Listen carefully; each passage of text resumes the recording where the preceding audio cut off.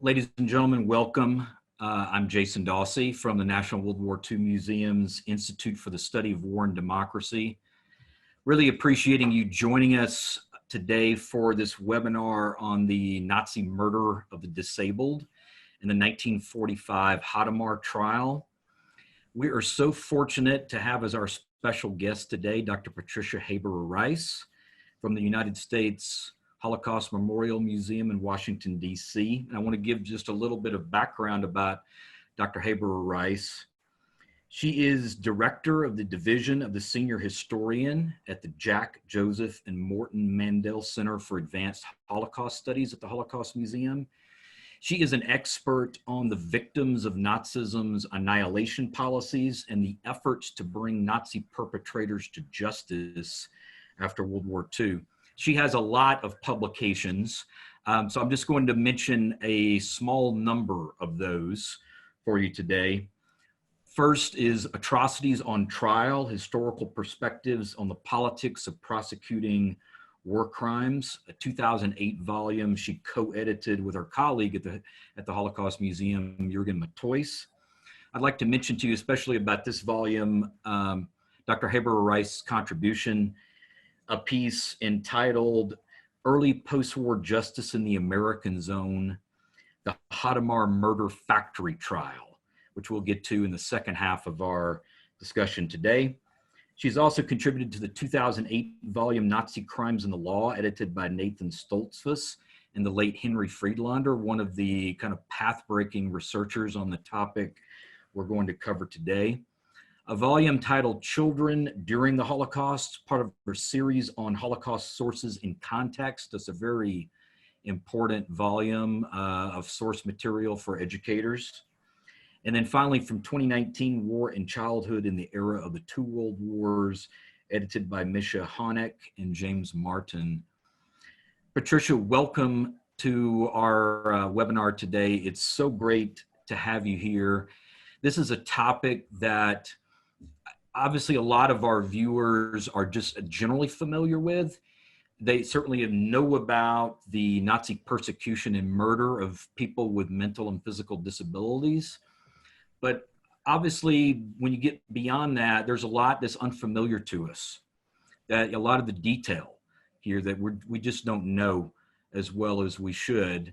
And so we feel very fortunate to have you here with us today to be able to talk through what happened with this program, what kinds of people were caught up in it, and the attempts to bring perpetrators connected to the program to justice after the war.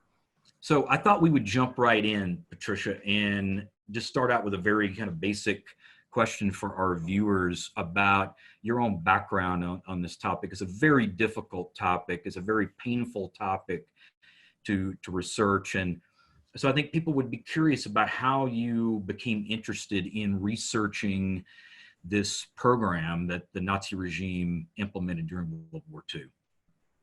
Good morning, Jason. It really is an honor and a pleasure to be here with your viewers and your audience this afternoon in Washington, D.C. for us. Yes, the Hadamar trial was actually my jumping off place into the history of the euthanasia program. It was the subject of my master's thesis. At the time, I was interested in legal history and in early post-war trials. But at the time, the topic of the euthanasia program was really not well known. The first books on euthanasia had just come out in 1985 in German. So at the time I was writing this, which would have been about 1986, 1987, just to give away my age, there was almost nothing about this in English, and it drew my immediate interest, and I've been working on it ever since. Yeah, that's really remarkable, Patricia, that you were certainly one of the first researchers in the Anglophone world, the English-speaking world, to be working on this.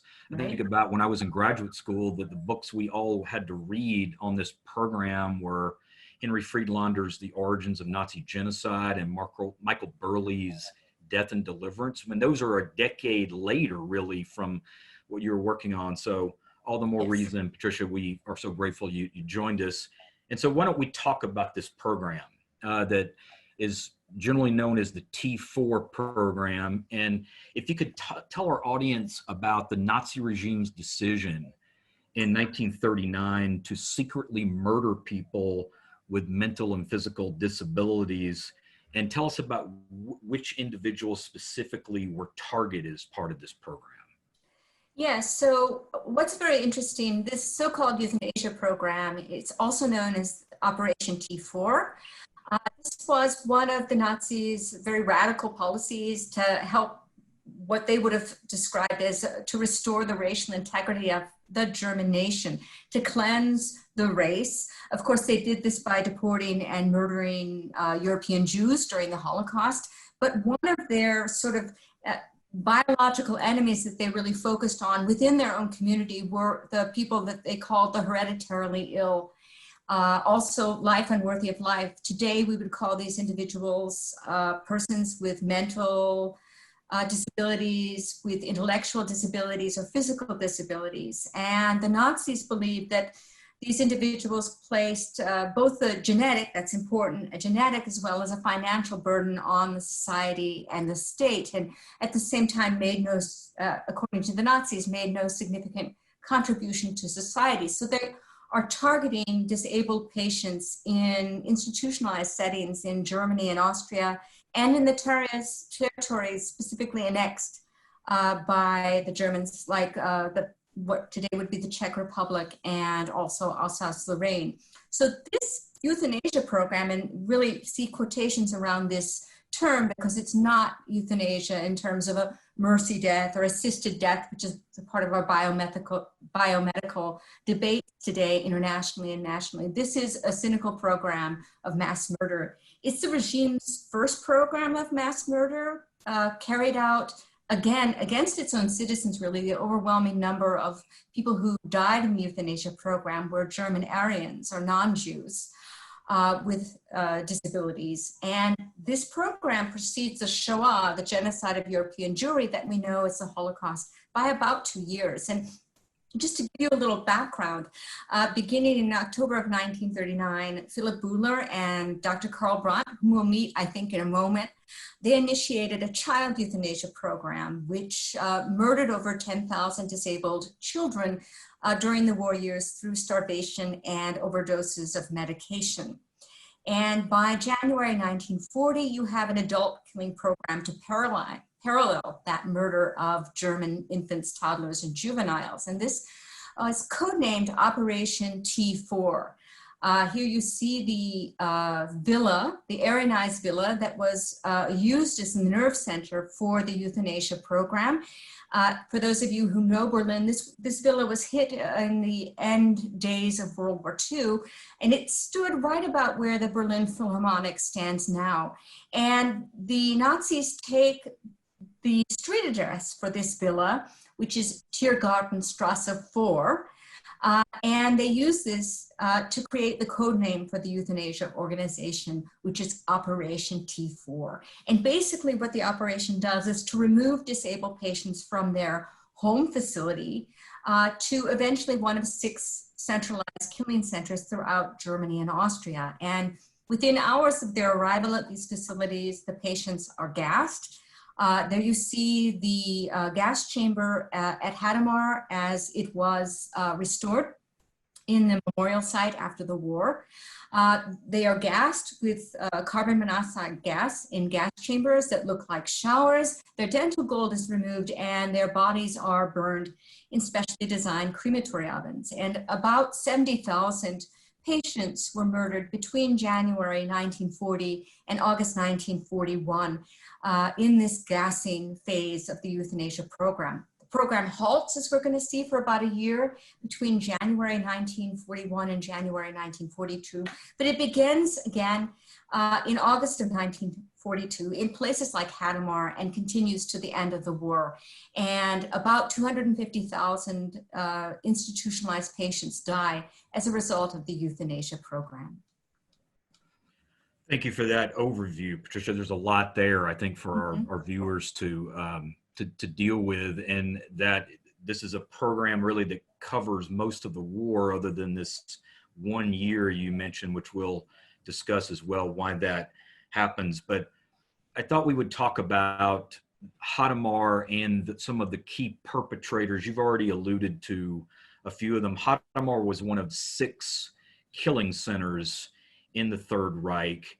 And these killing centers were essentially, this program was supervised by all men with the last name of B, if that helps us kind of remember some of them. And you've mentioned, I think, a couple of them already. Philip Buhler, the director of Hitler's private chancellery, Karl Brandt, Hitler's attending physician, and then much of the day-to-day management of the T4 program was done by a man named Victor Brock. Now, Patricia, often when people look at these perpetrators, I think this is largely affected by the trial of Adolf Eichmann several years later. And Eichmann is not directly tied into this program, but his trial certainly shaped the way we think of a lot of them. And the term desk murderer gets used for many men involved with either the T4 program or the Nazi genocide of the Jews. So if you could tell us about these perpetrators and if you think this term desk murderer is really adequate for understanding them or not. Yeah, that's a pretty good definition of what these individuals did. Let's take a look at who these men were. This is Philip Buhler. It's a very interesting photograph because it's a color photograph, which you don't usually see in this particular era. Philip Buhler is the person in the middle of the photograph in the glasses in the dark uniform. He is, as you said, he's the director of the Führer Chancellery. It manages Hitler's private affairs as Führer. It's off the radar screen of most Germans as a small party organization, and it's the perfect machine for a clandestine murder operation. And next we have Karl Brandt. Karl Brandt and Philip Buhler were named in a letter written on Hitler's private stationery that named Buhler and his attending physician Karl Brandt as plenipotentiary for the euthanasia program. And here you see Karl Brandt richly deserving his place as chief defendant in the dock at the Nuremberg doctors' trial in 1946. He was, of course, as you said, Hitler's attending physician.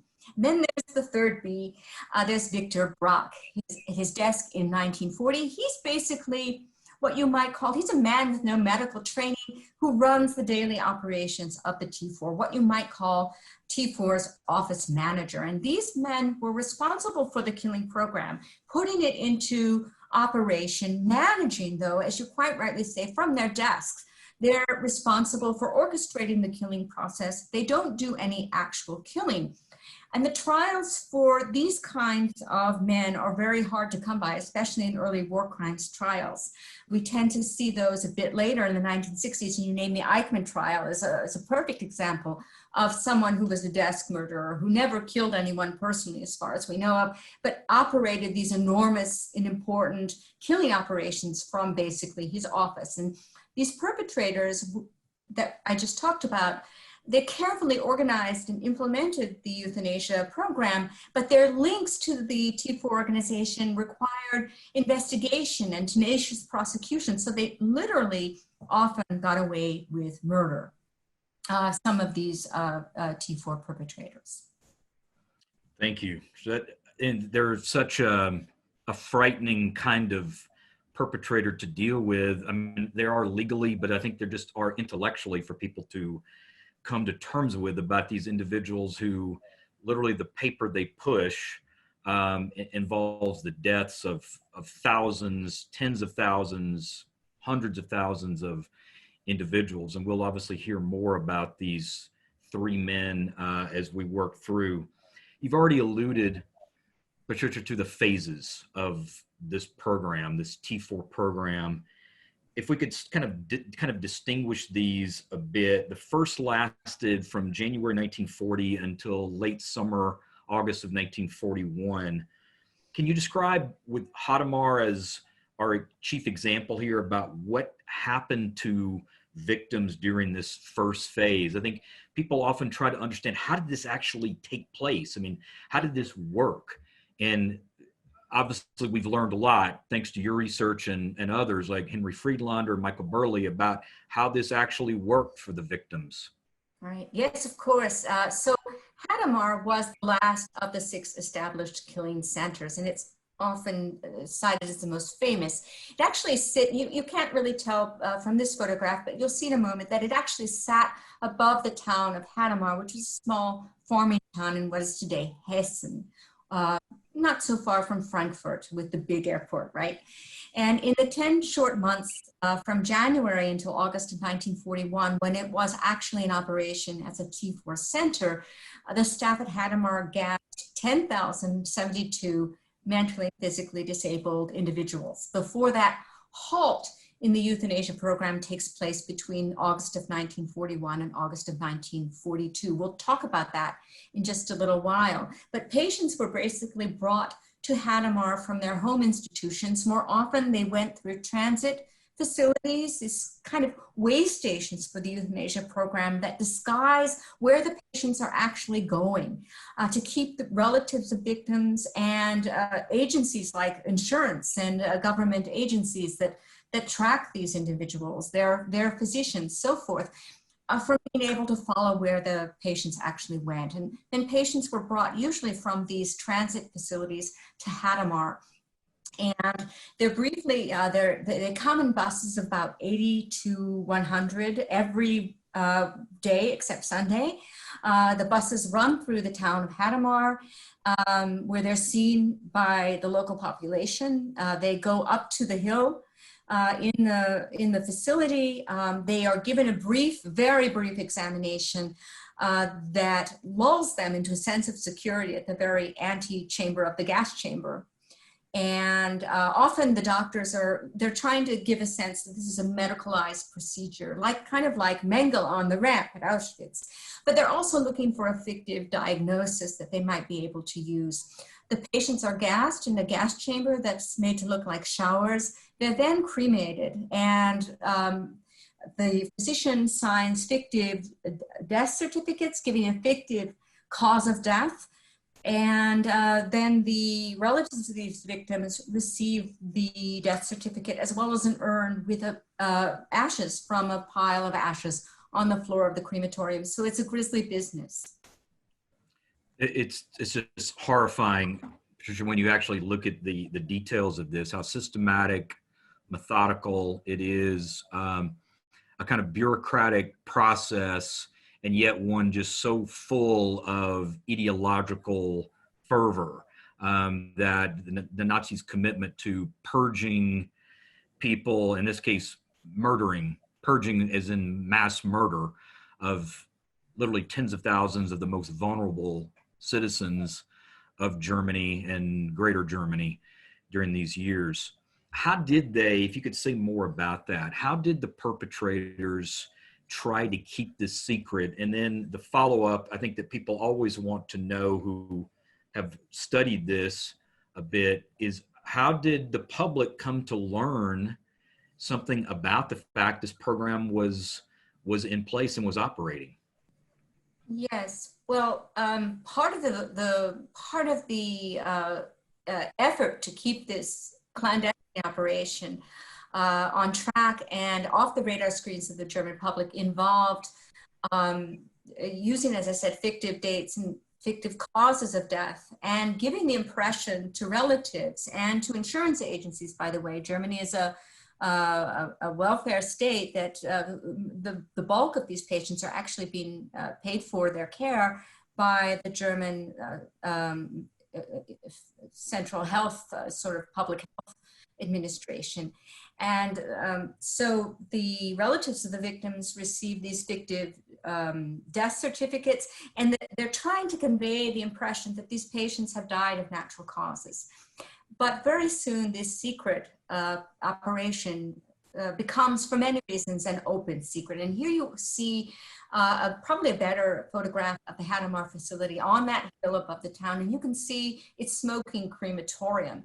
And the first sort of access that the public had to this secret clandestine program usually happened around the places of the euthanasia sites themselves. Most of them were in out-of-the-way places. As you can see, Hadamar was actually perched above the agricultural town of Hadamar. And these are all farmers. I'm a nice Midwestern girl from a farm town in Illinois, and I can tell you that when you burn flesh, it has a peculiar smell. And these are all hard-headed farmers living in this community. And at a certain point, they're murdering so many patients at Hadamar that they complain to the local agricultural chamber that the ashes from the crematory are ruining their crops.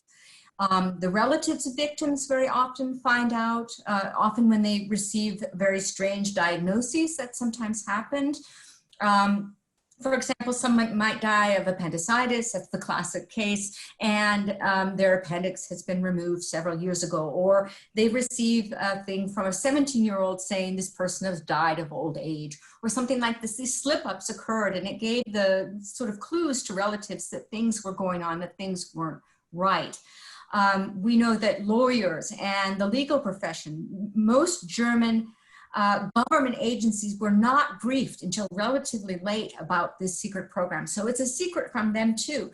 And you see people like local district attorneys trying to figure out on behalf of families where their loved one has disappeared and being told to shut down these cases. So people are finding out in various parts of the grapevine that this something strange is going on. I should also point out that church officials are some of the early detectors of this program.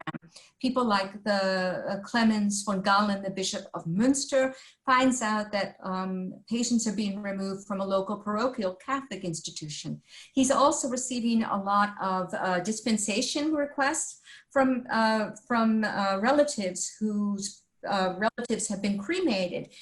Catholics at the time couldn't be cremated without the dispensation of their bishop. And this is how a lot of Catholic figures found out that something strange was happening. And we also know that the public, maybe the public doesn't understand exactly every detail, but it's very clear that a large segment of the population knows something is afoot.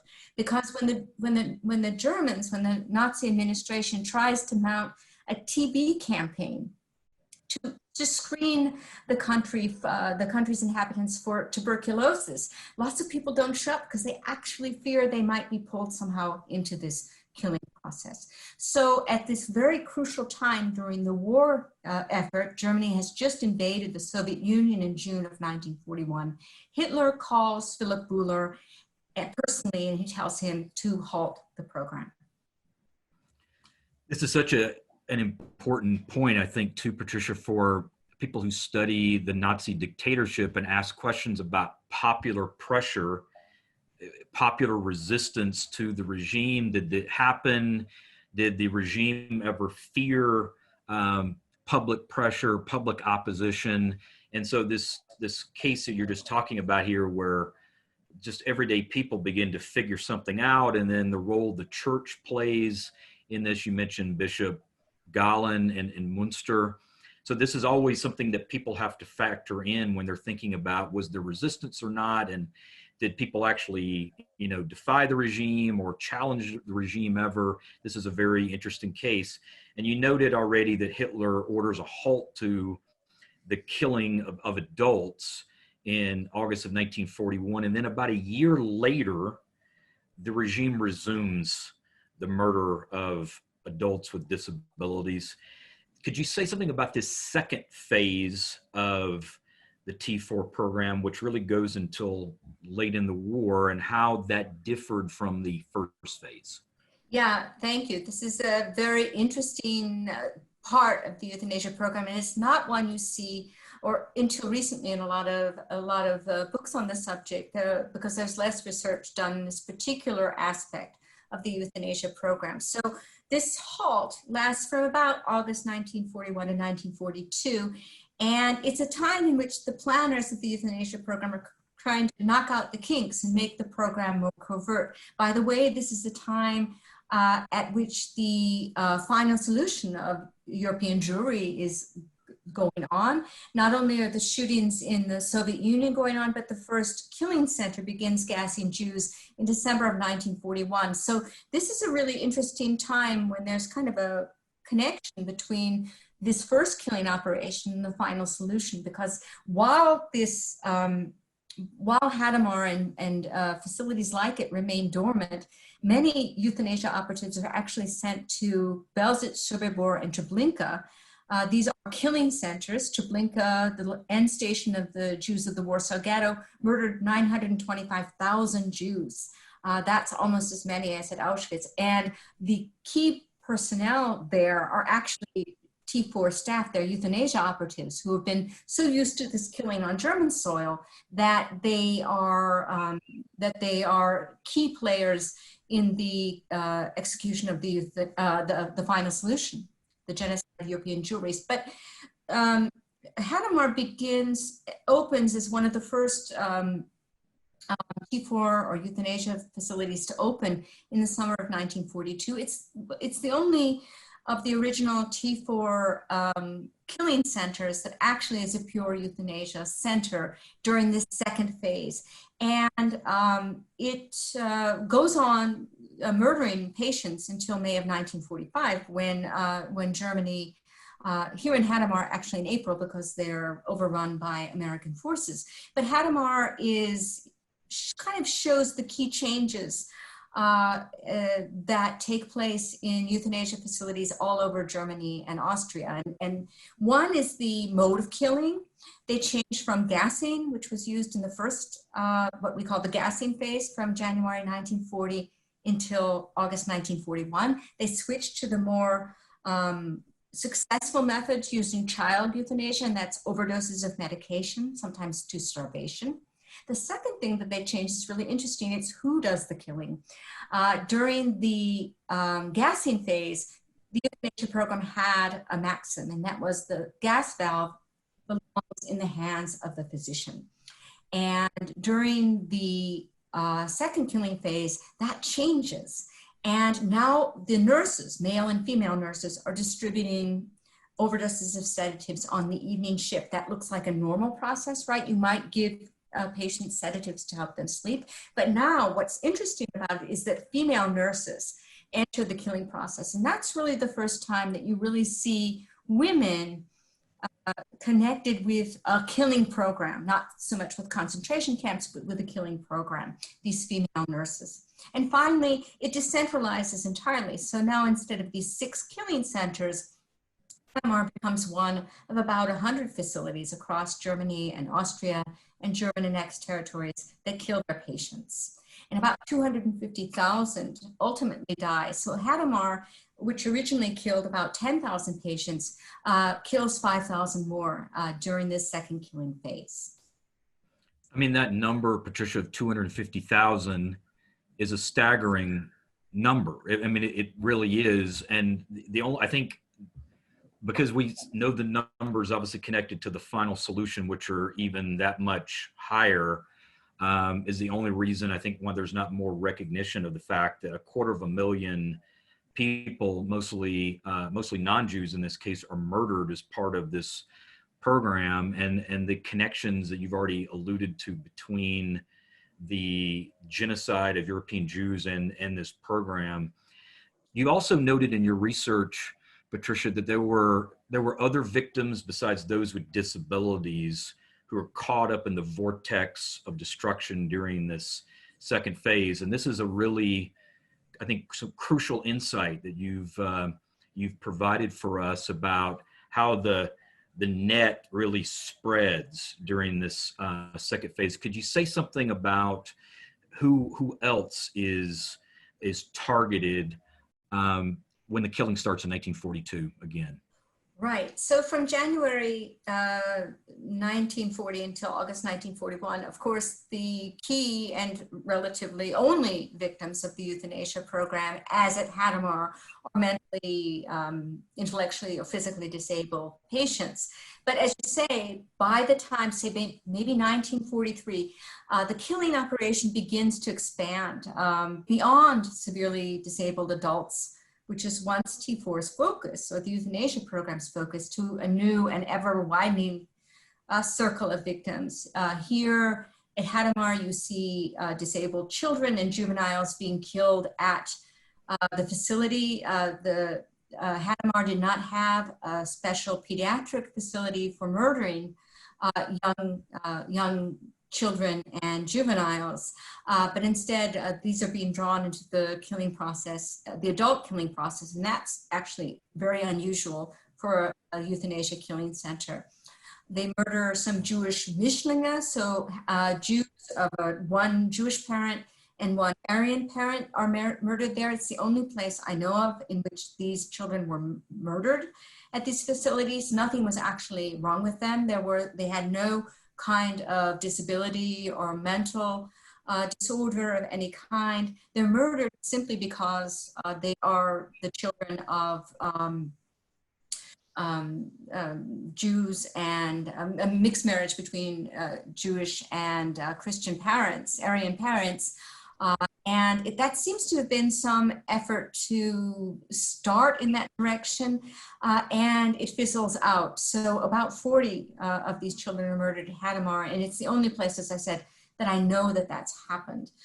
We have Waffen-SS and Wehrmacht soldiers murdered at these facilities. We originally, the strictures, the guidelines that were set up for the euthanasia program strenuously forbade veterans or current soldiers from being murdered, but we see them ending up in this vortex too. We see about 100 victims of Allied bombing raids. These are usually elderly women who are, traumatized. They're bombed out of their houses and they have no one to come and collect them. And they actually wind up at Hadamar. And what's really sad is you see some people, even from the bombings of Dresden, coming to some of these facilities. So this very famous kind of cause célèbre, the bombing of Dresden, you see bombing victims being murdered. At Hadamar, they're mainly people being bombed out in Hamburg, which is a port city, which was very heavily bombed. But finally, and most importantly for our story here today, we have the murder of forced laborers at the facility. These are not Jewish forced laborers, they're foreign civilian forced laborers, specifically Polish and Soviet forced laborers. They were called Ostarbeiter, or Eastern workers, by the Nazis. They're significant because they're the basis for this Hadamar trial. And before 1943, if they were ill or exhausted while they were performing forced labor in Germany, they were sent home. They were sent back east. But this was not possible at a certain point in the war effort when the Red Army, the Soviet army, was coming towards the German border. So camps, sick camps, Krankenlager, were set up to confine basically these individuals.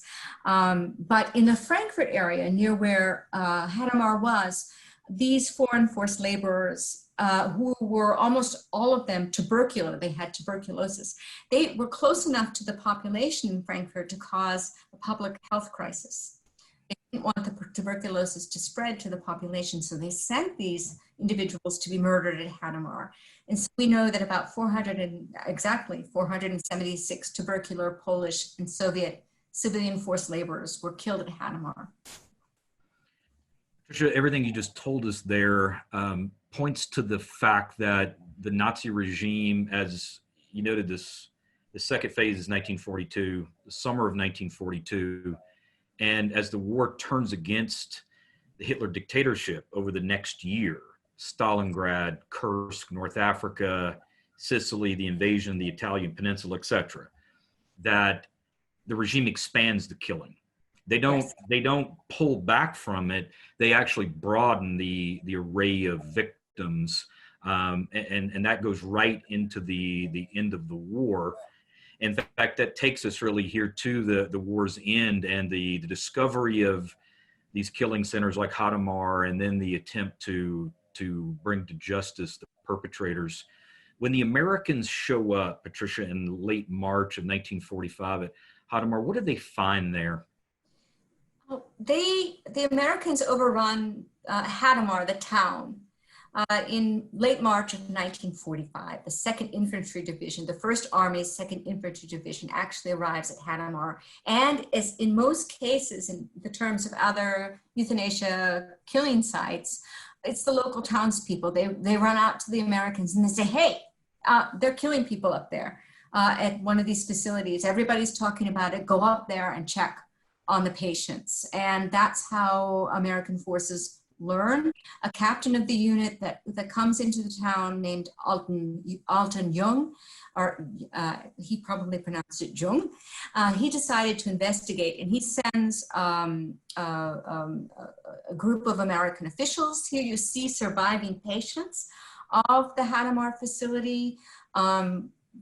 They go to visit the facility on the 29th of March, so a few days after they come into Hadamar in 1945. And we don't know exactly what the conditions were like because the official record of their findings is not findable. It's not within the preliminary court documentation, so we don't know what that original report said. We do know there were about 550 people who survived Hadamar as a killing center. You see 3 of them there. And in the final months, many of the orderlies had been drafted. These were older people, so not of service age, but they'd been drafted into the Volkssturm, which you could roughly translate as the home army. So young men and old men defending the, sort of the front lines, the home front. And others had fled because they knew they were in a lot of trouble with any Allied authorities who could arrest them.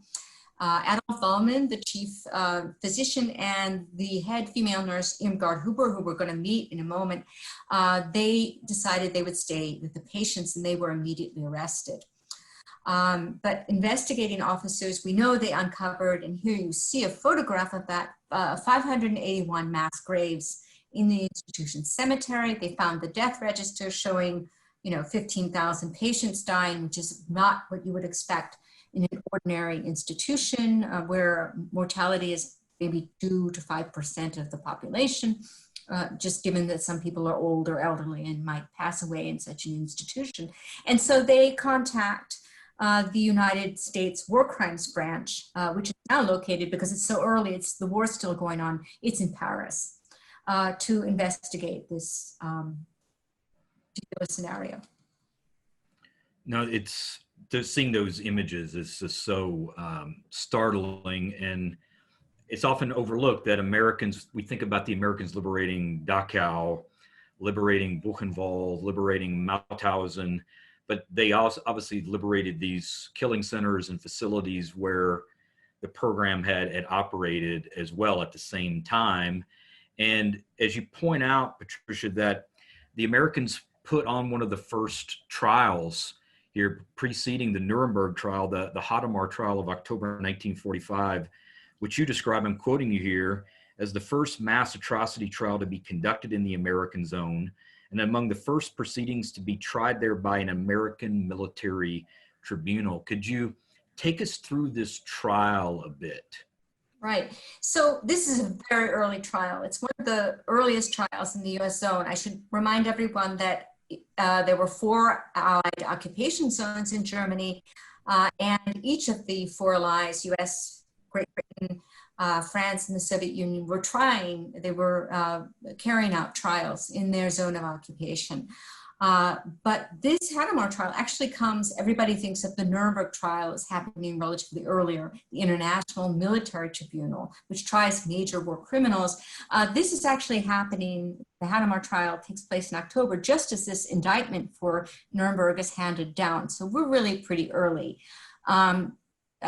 Before this particular trial, U.S. forces had been trying what you might view as classical violations of war crimes, like the murder of downed service personnel. That was pretty common. There had been an order at the end of the war to murder any pilots that were found, and the local population, because parts of Germany were very heavily bombed, were very glad to follow these instructions.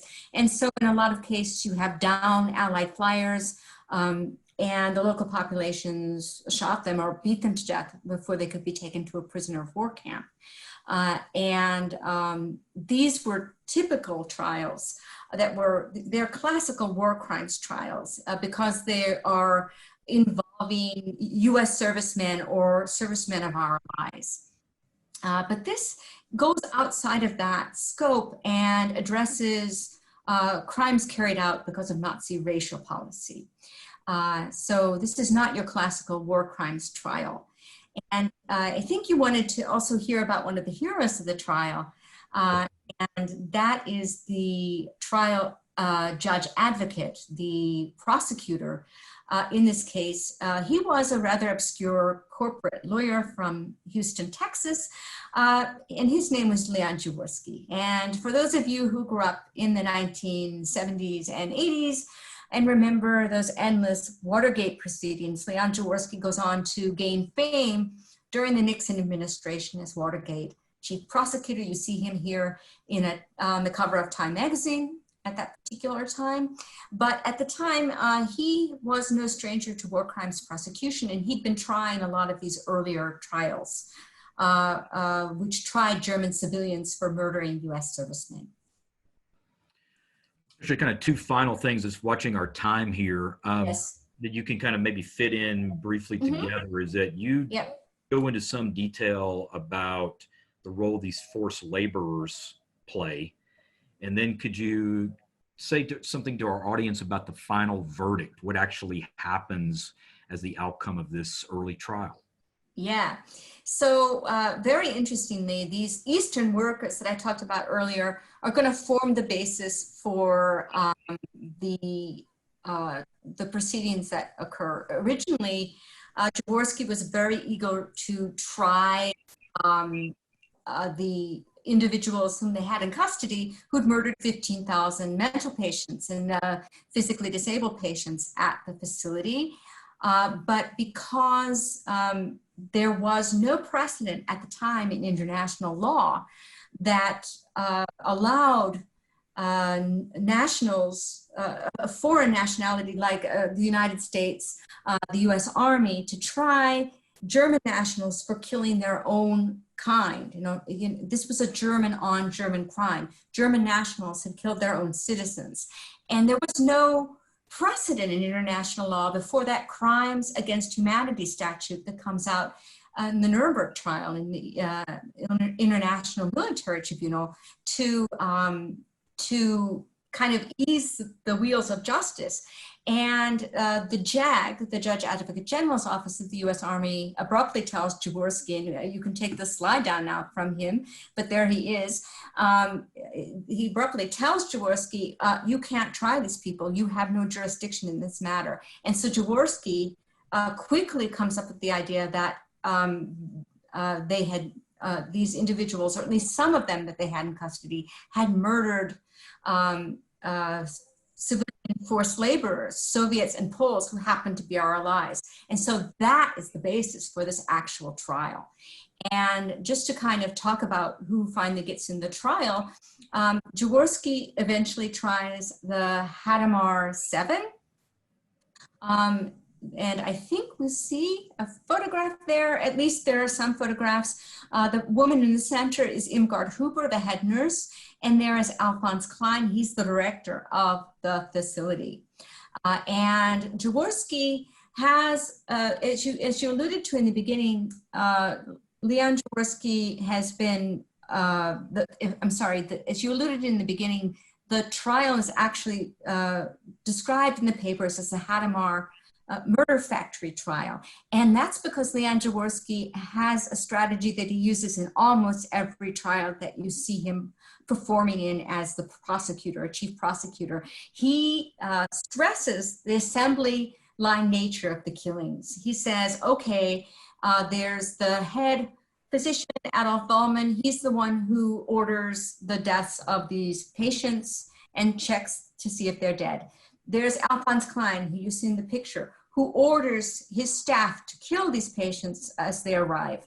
There are the male nurses, Heinrich Ruff and Karl Willig, who are actually carry out the murders. They admit to the murders. There's Irmgard Huber, the woman in the picture. She's the only woman in the dock. And she's responsible for giving the medicine. She's handing out the morphine solution from her pharmacy that's under her control. So she's putting in the pharmaceuticals that kill these patients. And then they also charge Adolf Merkle for forging the death records, and a man named Philip Bloom who buried these individuals. So he's stressing the assembly line nature of this killing process and saying that it is, quote, in his own words, a production line of death. And his strategy, as usual, results in a completely set dock where everyone in the dock is convicted of their crimes. Alphonse Klein and the two male nurses are actually hanged. They're sentenced to death and hanged. Adolf Wallman, the chief physician, gets, because he is in poor physical health and he's in advanced age, he gets a life sentence. And Adolf Merkle and Philip Bloom, people who have kind of only tangential connections to the murder because they've forged the death certificates and they buried the bodies. They get 35 and 30 years respectively. And Irmgard Huber, who hands over the pharmaceuticals, gets 25 years. So those are pretty stiff sentences. And that is what happens in the trial. Thank you, Patricia. That gave us a lot of insight about from the beginning of the program in 1939 all the way through the end of the war and the attempt to try these individuals. And I think probably in the Q&A we'll be able to say more about the trial, but I thought we would open it up to some questions. We've already gotten a few in, not a surprise given how crucial this subject matter is. So the first question is from John here in New Orleans. And his question is, did the Germans keep the records of where their victims were prior to entering the system that eventually led to their demise? And then he has a follow-up. Was there any form or method of selection as to when one was finally sent to Hadamar? He was curious here too about, was forced labor actually imposed on people with disabilities? You've obviously talked about, Patricia, people who were brought in as forced laborers, but did people with disabilities, were they ever required to do anything in terms of labor, expectations to do some kind of labor for the facility? Right. So I'll answer the first question first. We'll just take it in chronological order here. The T4 apparatus, the euthanasia apparatus, kept very, very complicated statistics on this. That's how we know exactly how many people died. We know that 70,273 people were gassed in that first gassing phase. We know every single individual. And usually the patients came with their patient records. And their names were entered in the death register. So we do have records of each of those individuals, and each of the families gets what's called a condolence letter along with the death certificates and the ashes, but also their personal effects. So there's this very complicated bureaucratic machine operating behind this, able to send to every single of these victims their personal effects, their death certificates, and so forth, as if it were a natural thing.